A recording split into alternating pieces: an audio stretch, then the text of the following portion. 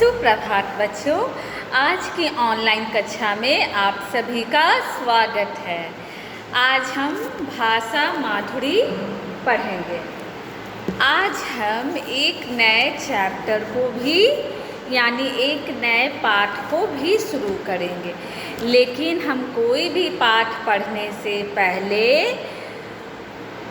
मात्रा ज्ञान को जानते हैं। जैसे कि हमने पिछली कक्षा में ह्रस्व उकार वाले पाठ को पढ़ा था, तो आज मैं आपका परिचय दीर्घ उकार के शब्दों से करवाऊंगी।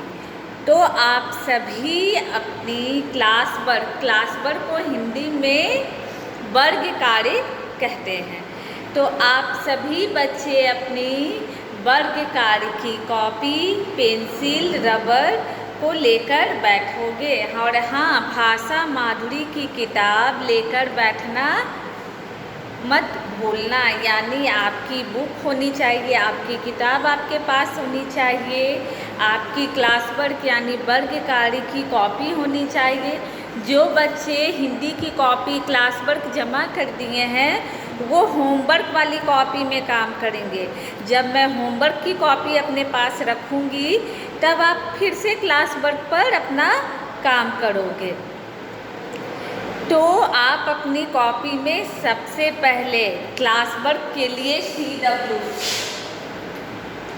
और आज की तारीख, आज है 14 को 14, 7वां महीना है और वर्ष यानी साल ये 21 है। ये आप यहाँ लिखेंगी अपनी कॉपी के हेडिंग में, ऊपर वाले हेडिंग पर। उसके बाद उस हेडिंग में आपको क्या लिखना है ये भी जानना ज़रूरी है, यानी कि हम किस पेज में क्या पढ़ेंगे उसका ऊपर में शीर्षक यानी हेडिंग यानी नाम लिखा होना चाहिए। तो अब हम दीर्घ ऊ पर आए हैं। इस ऊ का नाम, जिसे आप बड़ी ऊ कहते हैं, असल में ये बड़ी ऊ नहीं, इसका नाम दीर्घ ऊकार है। दीर्घ ऊकार की मात्रा ऐसे लगेगी, यानी ह्रस्व ऊ में बाईं ओर और दीर्घ ऊ में दाईं ओर। इस बात का आप ध्यान रखोगे। ह्रस्व ऊ में ह्रस्व उकार में बाईं ओर और दीर्घ उकार में दाईं ओर ये मात्रा का चिन्ह है।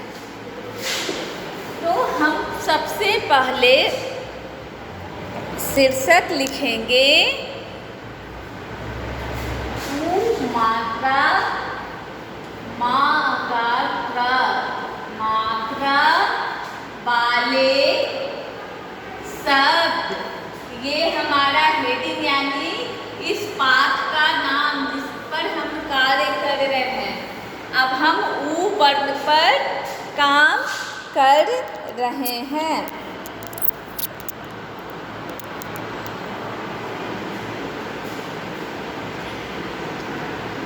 अब आप अपनी पेज नंबर 16, ये 16 को 16 या 16 यानी 1 और 6 ये आपका पेज नंबर है। आप सभी बच्चे इस पेज को खोलेंगे और चित्र देखकर चीज़ों के नाम समझेंगे। तो दीर्घ ईकार से क्या शुरू हुआ है? तराजू। तराजू से हम क्या करते हैं? तौलने का काम करते हैं। अगर हम किसी दुकान में जाते हैं और कुछ राशन का सामान लेना होता है, कितना लेना होता है वो हम उसे बताते हैं और दुकानदार हमें तौल कर दे देता है, यानी उस जिससे हमें अनाज नाप कर देता है उस यंत्र यानी उस मशीन को तराजू कहेंगे। खरबूजा। खरबूजा एक बहुत अच्छा फल है जो गर्मी के मौसम में हमें खाने को मिलता है। मूली। मूली एक सब्जी है जो जाड़े के मौसम में खाई जाती है। अमरूद। अमरूद को हम साल के 12 महीना खा सकते, ये सालों भर हमें खाने को मिलती है। त्रिशूल।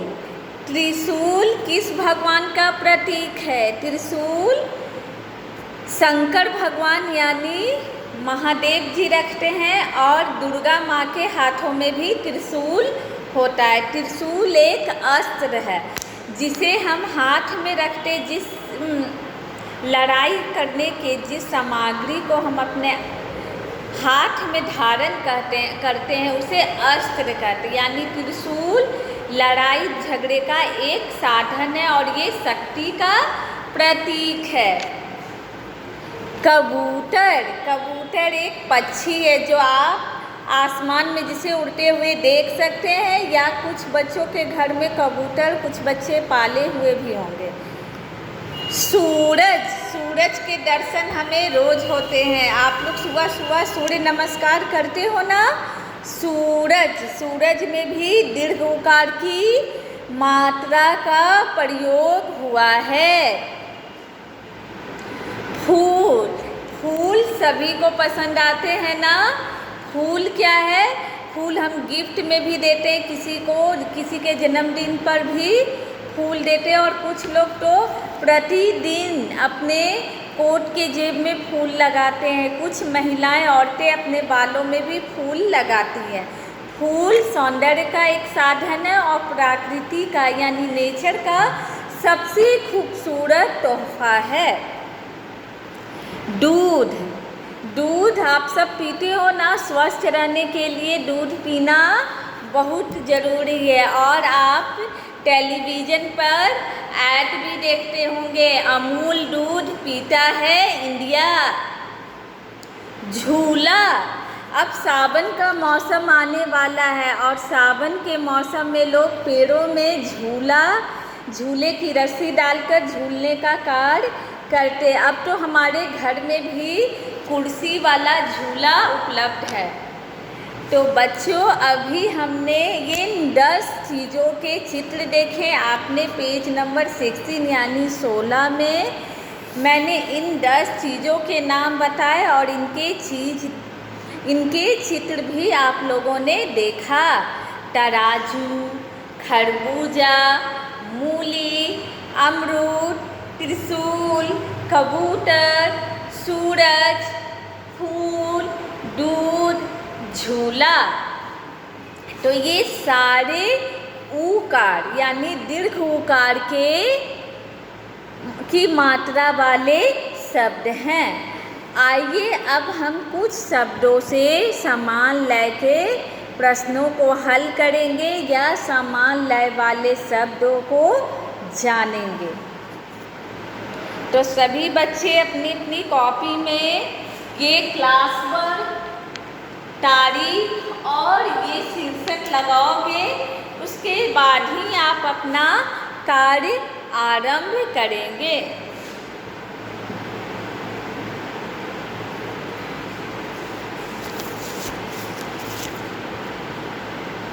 आइए, पहला शब्द है भालू।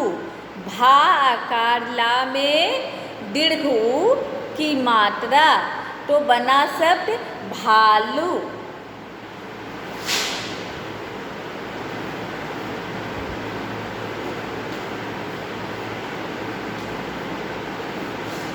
भालू का समान लय है आलू।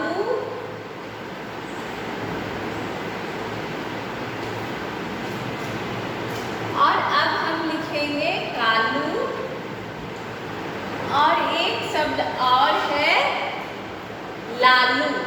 ये तीनों भालू के समान लय वाले हैं। यहाँ सारे ला में ऊ लगा है, ऊकार की मात्रा का प्रयोग हुआ है। अब हमारा दूसरा शब्द है भूल। वा में ऊ लगा है, ला भूल यानी किसी चीज को भूल जाना।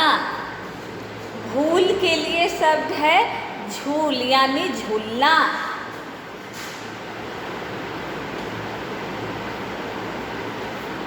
और दूसरा इसका है धूल। धूल मिट्टी के छोटे छोटे कणों को कहा जाता है। जब बहुत तेज हवा चलती है तो हमारे घर में धूल भर जाता है। जून, जून एक महीने का नाम है जो जुलाई से पहले आता है। जूना, जून। जून के लिए शब्द है खून। खा में ऊ की मात्रा खून। अब हम चौथे शब्द पर आएंगे, सूखा। सूखा यानी जो भीगा हुआ ना हो, और सूखा जैसे रोटी बहुत कड़ी हो जाती तो उसे हम सूखी रोटी या सूखा अनाज भी कहते हैं। तो सूखा, सूखा के लिए बनेगा समान लय का शब्द भूखा। भूखा, ख पे आकार की मात्रा भूखा। रूखा, रा में ऊकार की, रूखा सूखा मक्खा, रा में ऊकार की मात्रा लगी है। बच्चों आप एक बात पे ध्यान दोगे, रा वर्ण के नीचे में ऊकार नहीं लगता है, वो वर्ण के बीच में लगता है। जैसे कि मैंने यहाँ रा में लगाया है बीच में, आप यहाँ देख सकते हो। रूखा, ऊकार की मात्रा बीच में लगी है, ना कि पैर के नीचे। आड़ू, आड़ू भी एक फल है। आड़ू, आड़ू के लिए बना है समान लय झाड़ू, जिससे हम अपने घरों की सफाई का काम करते हैं। हमारा पांचवा शब्द है आड़ू।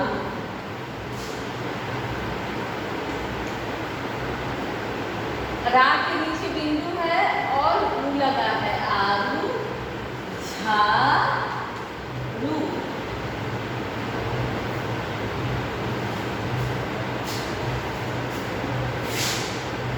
अब मैं एक चीज आप लोगों को, अभी मैंने रा में ऊकार लगाने की बात बताई थी आप में। रा एक ऐसा व्यंजन वर्ण है, आप लोगों को पता है ना, वर्ण दो है, स्वर वर्ण और व्यंजन वर्ण। तो रा क्या है, व्यंजन वर्ण है, लेकिन ये बहुत अलग तरह का व्यंजन वर्ण है। यहाँ ऊकार जो लगता है सारे वर्णों के नीचे लगा है। देखो, ला में, झा में, भा में, सा में और आ में।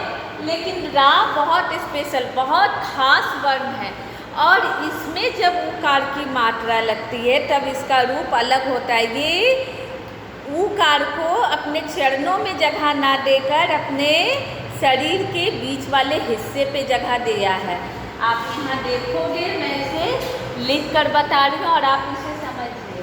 ये हमारा रा है, रा के साथ प्लस, ये कौन सी यू है, ह्रस्व का।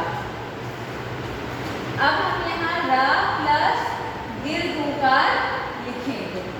अब आप देखिए कि ये कितना खास है कि ये ऊकार को नीचे नहीं लगने देता है, बल्कि ये इसे बगल में यानी अपने बीच में इसे जगह दे रहा है, और इसका चिन्ह थोड़ा बदल जाता है। अब रू कैसे बनेगा, ये देखिए ऐसे, क्योंकि ये छोटा है तो ये नीचे झुका हुआ है, लेकिन जब रा के साथ बड़ी ऊ का प्रयोग हो रहा है तो ये थोड़ा घुमा हुआ यानी उठा हुआ है, वो चरणों के नीचे ना झुककर बगल की ओर जा रहा है, और ये छोटी ऊ है। छोटी ऊ से रुमाल, रुई ऐसे शब्द बनेंगे। तो आज हमने दीर्घ ऊकार की मात्रा वाले शब्दों का अध्ययन किया, और रा में ह्रस्व ऊकार और दीर्घ ऊकार लगाना सीखा है। तो आइए आप भी इन शब्दों का पुनः अध्ययन करें और इसे बार बार बोलने का प्रयास करें। तराजू, सूरज, फूल। तराजू, जा में ऊ, सूरज, सा में ऊ, फूल, फा में ऊकार। खरबूजा, बा में ऊकार की मात्रा लगी है। मूली, माँ में दीर्घ ऊकार का प्रयोग हुआ है। अमरूद, अमरूद में भी रा में बड़ी ऊ यानी अमरूद, रा में दीर्घोकार लगा है। त्रिशूल, त्रिशूल में तालाब्य सा पर ऊकार लगा है।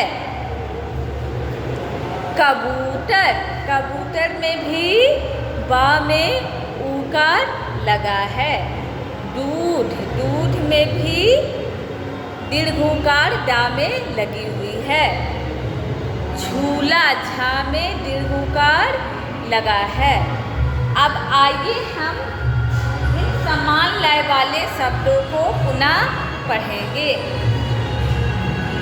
भालू, आलू, कालू, लालू। फूल, झूल, धूल। जून, फूल। सूखा, रूखा, रूखा। आरू, झाड़ू।